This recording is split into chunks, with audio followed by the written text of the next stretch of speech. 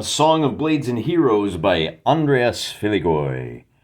Wonderful little IGO-UGO system with some challenging concepts for activation. We use a little measuring tool, looks like this, long, medium, short. It's 12 centimeters by 8 by 5, although I am continuing to use my 10 millimeter skirmish figures because I am the Road Warrior.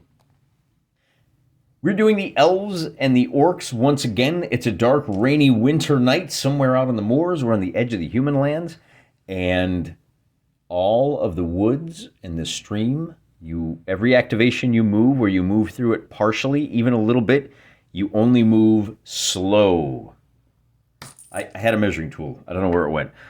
Also, crossing these the stone walls, you only move slow. If you're shooting at somebody standing next to the wall, then they get, I think it's a +1. I'll double check the rules on that in a minute. The bushes don't move. Old Mother Willow doesn't move, but these trees do. They're just to show you that the greenish bases are rough going for everybody except for the Elven cavalry. The light cavalry can move through those as though they didn't exist.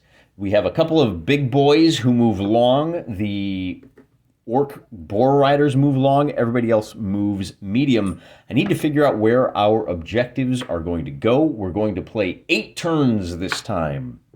And we'll see who has the most objectives at the end of the 8 turns. See the number 1? I'm going to move it 9 inches to the northeast. I don't know if you can see it. There are 2 fords here and here. You move through those at regular speed. Old Mother Willow doesn't move, by the way. I don't know if I mentioned that. We're going to move 1 5 to the north. Objective number 2, I'm going to put it right here. I'm just going to tuck it right next to Mother Willow. I want to leave it so you can see it a little bit. See it just peeking out there? That's all right. That'll work out really well. Then we're going to go 4 to the northwest, which puts objective 3. I'll move it right towards the corner right here. And the reason I'm doing this is it biases things to be about 6 or 7 inches away from the center of the table. And with a 7 inches to the northeast, that goes up here. We got a whole lot up here on the north, man. Deployment is going to be very critical. For number 5, we're going to move southwest 7 inches, and southwest is this direction. So there's your 7 inches. We've got 1 objective down here in the sheep's corral. So heavy on the north, light over here on the south, but hey, somebody's going to get a freebie down here for number 5, I suspect. I will roll to see which table edge or corner the Elves come in on. The Orcs are going to come in on the opposite. Northwest. So the Elves come in up there. It takes an activation to move onto the table. That puts the Elves on the table a little something like this. I allow them to start anywhere within 3 inches of the very corner of the table. The next activation, the elf foot guys, the unmounted figures, are going to have to move short on their next activation. When you start the turn more than 2 long distances from an enemy, you can just forego rolling the dice. And I did that for these guys, not because it's smart tactically, but because it just simplifies things to have turn number 1 be, hey, get everybody onto the table. I did the same thing with the Orcs, and it makes a lot more sense. They have quality 4. The only exception I'm going to make down here is that this big ogre that you see down in the bottom left-hand corner, I do want to make a 3-die roll activation to see if we can get him a little further onto the table. He's got a quality of 4 as the last one to move. If he only gets the 1 activation, which he does, then the turn ends anyway because he's the last to go. If we had rolled a couple of 4s or betters, he could have taken his 2nd activation to move a medium now that he's blundered over that wall. This is the worst possible deployment zone for the Orcs. They are really jammed up in the corner, and they're going to have to funnel way over to where those objective markers are on the opposite side of the table. With a lower quality, it's harder to get them moving, and they're starting further away. They're going to have to take some big risks. The Elves are going to try to take advantage of their speed and discipline. Although they only move medium, they were not hampered by the woods. I think the smart play here, let's send the cavalry over to seize objective number 2.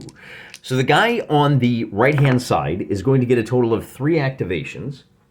And 3 long moves, we can drop this down. There's 1, there's 2, and the 3rd is going to put him right here behind Old Mother Willow. Kablow. So on the next turn, he's hoping to be able to slip on over and seize objective number 1. Meanwhile, his compatriot over here is going to try to squat on objective number 2. If he can get 3 activations, he does. These guys have a quality of 2+. He's going to be able to move 1 medium, 2 medium, not quite enough to get there, but he is going to be able to get on top of it. Remember, he's not slowed down by the woods. Everyone else is. I'm going to roll 3 times for my swordsman, who will come running down to here. I'm going to use the archers to move to number 4. So for the swordsman, if I roll 2 1s, the turn ends. So starting at the top and just working our way down, we get 1 activation. We're going to move short to here, and that's going to be it for the elves. C2 failures ends your turn. The big guy can move medium. We're going to bring him up to here. That's the end of his free movement. This big guy is too close to be able to get away with that. What he can do is take a shot at the elf that's standing on that objective marker. That shot will be at, there's 1 medium. It'll be at -2. He's only going to get a +1 to his die roll. If we move him up, he's going to start drawing aggro from these guys. Maybe we want to do that instead. Do we make 2 activations? First, let's see if we can move these guys. I'm going to roll 3 dice, 1, 2, 3, for 1, 2, 3 for the swordsman. And we get a 1, 2, and a 3, so they don't get to move at all. I'm going to roll 1, 2 for the archers, just trying to move. And one of them will move medium. He's going to move up to here. And then I have this archer. Oh, he's off the table. All right, so this archer moved to here, and this archer is just trying to get into position. With a 5, he can move medium. He's going to come up to there. And that's it for all of the little guys. Now I got to worry about this big boy here, and this... Oh, he actually already moved. It's this big boy. I'm going to go ahead and roll all 3 dice. I left him to the end because if he gets 2 activations, I can make a choice. I can move. He shoots medium. And he moves medium. So he can move to, let's move to right there. And now he's got a medium shot at the guy that's on the elf that is standing on the objective marker. This is a straight shot, 3v3. The Ogre wins by 2 with an odd number, and odd pushes this figure off the objective marker. That is, if the red die had been even, this guy would fall down. Odd is back, even is down. That's the end of the Orcs' turn. We move on to turn number 5, and the elves have some thinking to do. First of all, let's see if we can seize this objective down here. The archer is going to run up, looking for anything but a 1. He gets 1 move to get to here, 1 move to steal the objective, and he has 1 last action, which we're going to use to move him up to here so he can start shooting at anybody in this area over there. Likewise, with this archer, we're going to try to get him into a good position. He can move medium, so we'll bring him right up to here. And then he targets at long, so this is a straight shot, but because he has, oh, here's his die rolls.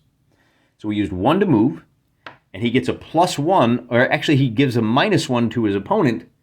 We do a simple roll-off, and 3 versus 3, but with the aimed shot, that's -1 to the red die, so the red die is only at +2. The red die gets a 6, the blue die gets a 6, that's a tie to no effect.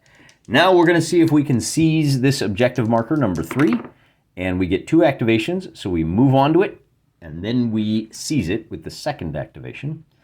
The elves have now scored 4 of these objective markers. They got to be feeling pretty good. So that was moving on and making the attack. Then we have to think. Oh, Mother Willow, you're a pain in the neck. This elf is going to try to charge this boar rider, and you're probably not going to be able to see that combat. We only get 2 activations, and that might not be enough to have a combat. The elf moves medium. He does. I know you can't see it, but he just gets into contact. So there's our fight. He has 1 more activation left, so we can do a 3v3 Straight dust up. No other modifiers. The blue die is the winning die, and when it's odd, you fall back. So that pushes the orc boar rider off the objective marker. This other rider is going to try to activate. He's going to roll 3 nothings, and that's going to end the activation for the team. We probably could have nominated this guy to go beat up, but remember, mounted guys get a +1 against foot troops, so we're trying to match mounted v mounted. It's still turn number 5. We're trying to get our guys into. They're really recalcitrant today. We don't like this. All 3 of our swordsmen are going to try to move up, and all 3 of them will move medium. Movement in this game means put your stick down, move a guy, but keep him in contact with the stick. So you get that one little bit. Now, I would like to bring this guy around the corner, but I got to leave the stick off. So we're going to go like that, but I'm going to put him just to the right of the stick, and it's going to look a little something like that. So they're finally getting close to that objective. I have 3 archers here. This archer, what do we want to do? I'm going to put this die up here in the top of Old Mother Willow. Look at that. Hey, she's got a nice little stand to keep it out of the way. And now I got to think. Actually, let's start with our big boy. He's going to throw rocks. And we're going to try to crush the guy that's standing on the objective marker. With 2 failures, the orcs are done for the turn. Oh, we probably should have tried to move the big guy again. There's just no way of predicting these things. But this is what I enjoy about this game. We're now on to turn number 6. See, turn number 6. Isn't that a great little die holder? I love it. I got that at the dollar store for $1.50. That's all right. It is what it is. Welcome to Biden's America. The next thing we got to do is, I should have moved that guy. I totally forgot. He needs to get up on that stand. Because he didn't, it presents an opportunity for the elves.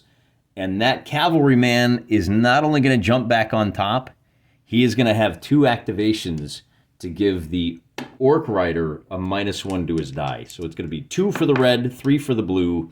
And just like that, with the even number, it's even down, fall back. The elf rider is going to fall down on the objective marker. And now when the orc is going to fall down on the objective marker, and now when that orc attacks him back on the orc's turn, the orc is going to be at +2. Oh, that's not good. Well, we've got a couple of other options for the elves.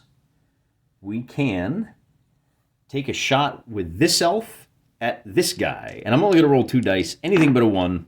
Yeah, we just get it off. It's going to be he shoots long. Is he within long? He is. It's a straight shot, 3v3. And the elf is going to win 7-4, which is not enough to kill him. But with the even number, it's odd back, even down. It's going to knock him down. Then we're going to take a shot with that other archer, and he's only going to get 1 activation. You know what I've been forgetting? When you shoot at a big guy, you're at +1.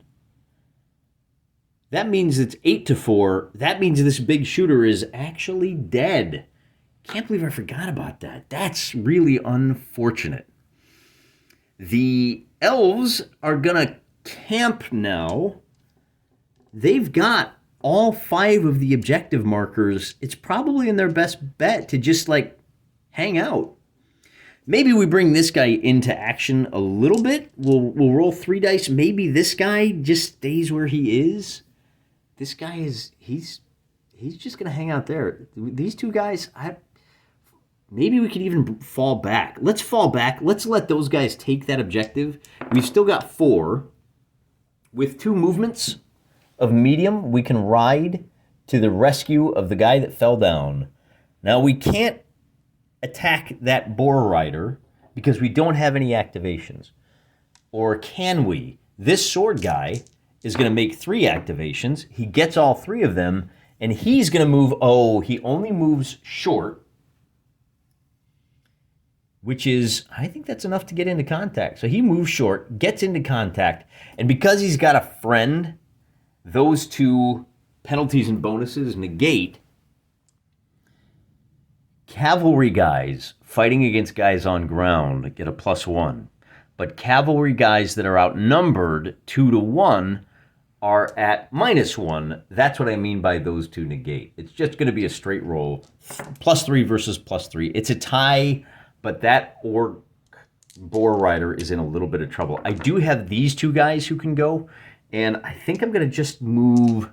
I don't want to step off of that objective marker. Although, if you get pushed off the objective marker into the bushes, you fall down. So just losing this combat will mean a fall down. So maybe we want to move up a little bit and give ourselves some more room. I'm going to roll for this guy first and get in the way. He's got 2 movements. I'm just going to use him to move like basically there. And then likewise, this guy's going to buy himself a little more room. He gets 3 activations. He's just going to move to here. And that's going to force this Boar Rider to come around. And we're really taking advantage of the difference in quality at that point. We can stay here because our first activation is this Boar Rider riding to his friend's aid. He's going to go attack the guy that's on the ground if he gets 2 activations. He only gets 1. So why don't we do this? We'll peel off this guy on foot. And then we have this other Boar Rider who's just trying to make 1 activation. He gets that was a 6. Oh, you couldn't see it. So there it is. It's a 6. So this Boar Rider is fighting this Elf Cavalryman. They are both at +3. And with a 3v3, that's going to be a tie. We're done with that corner of the battlefield. Now we try to seize this objective marker. We'll roll 1, 2, 3 to see if we get across. With a 1, 2, and a 3, the guy in the front decides we're going to play a little bit of leapfrog, and I'll let you guys behind. And that's going to be the problem, because if we move medium, we're going to move to there. We're going to knock down that pesky tree, and the fort is something like that. So that is what our trail of swordsmen looks like. Now I'm going to try to move 1, 2 archers. That way, if they both fail, which one of them did, I'm okay with that. At least my turn is not over. I really want to get the big boy into combat. And since he is the oh no, this guy hasn't gone yet. Let's see if we can take a shot with him. We can. So he'll fire across the stream at this. He fires at medium, so that's at long range. He's at -2. It's 1 on the red die versus 3 on the blue, and that's going to be a big miss. Now the big man, old Big Mike, is ready to get involved. He's going to race in with 2 activations. Finally, we drop the measuring stick there. That's 1 activation. And then that 2nd activation will get him into contact with that elf. The big guy is at +4 on combat versus +3 for the elf. So if that elf decides to attack, we're in good shape. But it is, take a look. We turn on to turn number 7. And it's now the elf's turn. This archer is going to try 3 activations. He only gets 2, but he only needs 2. We're going to bring one. We're going to bring him over to here. I'll bring him right over to there, I guess. He's at long range as he's firing at these 2 orcs just over there behind the trees. He's only going to be at +1. Those orcs will be at +3. It's a long shot, but you might as well go for it. It's a 3. He gets a 2 versus 6. No effect. Then his friend down here is also going to try to get into the action, and he's going to roll 3 successes. So he can move short, which will bring him up to here. And then he's going to make a long-range shot.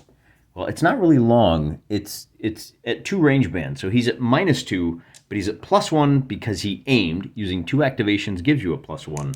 So it's 2 on the blue versus 3 on the red. So 8 versus 8 is a tie. Hey, it was worth a shot, wasn't it? Then we're going to try to bring this swordsman over to help his friend. With 3 activations and 3 actions, he will use the first action, let's check the distance there, to move short. And now, because he has a friend in the combat, the Ogre is going to be fighting at 3. This is an even fight, 3 versus 3. No, it's not. We used 1 activation to get into combat. Then we used a power blow, and we have a friend. So that is going to be a total of, and pluses and minuses are very different when you're looking for those negatives. When you have a power blow, that is -1 on the opponent's combat score, so he's at 3. When you have an additional model, it's -2. In other words, the red die is actually rolling +2, the blue die is at +3. That's a victory, and when it's odd, you go back. So he pushes the ogre back like so.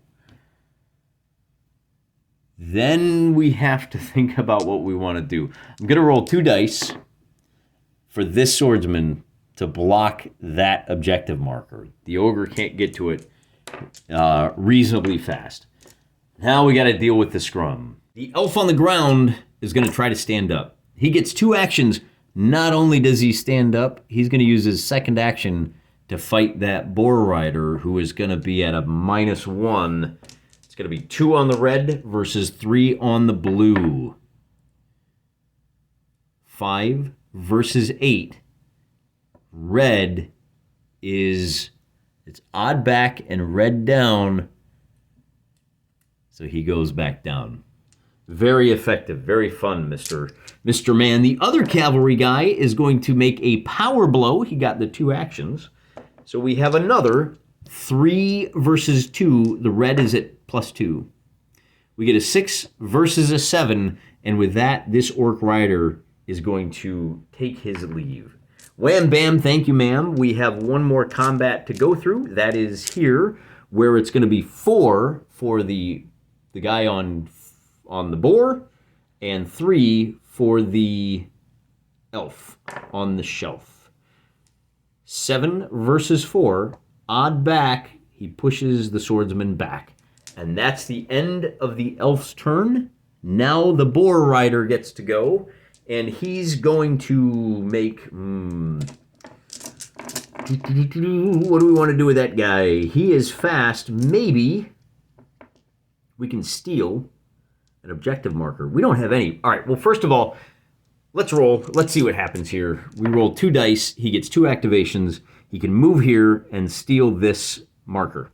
I guess pushing back wasn't all that great. We have a couple of chances to seize this objective. The first guy is going to try to make 2 activations.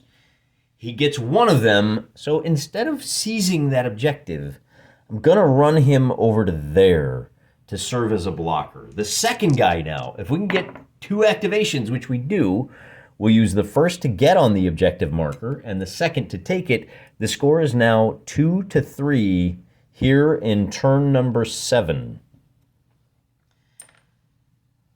If they can just take 1 more objective, they'll be in great shape.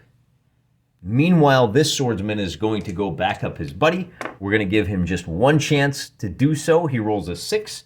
And he can move medium. I gotta leave the marker on the stream, so he just gets to right there. Now it's time for some plinking. This archer is at medium range compared to this guy. If we can get an activation, we'll just take a simple shot. He does not. Now, this guy...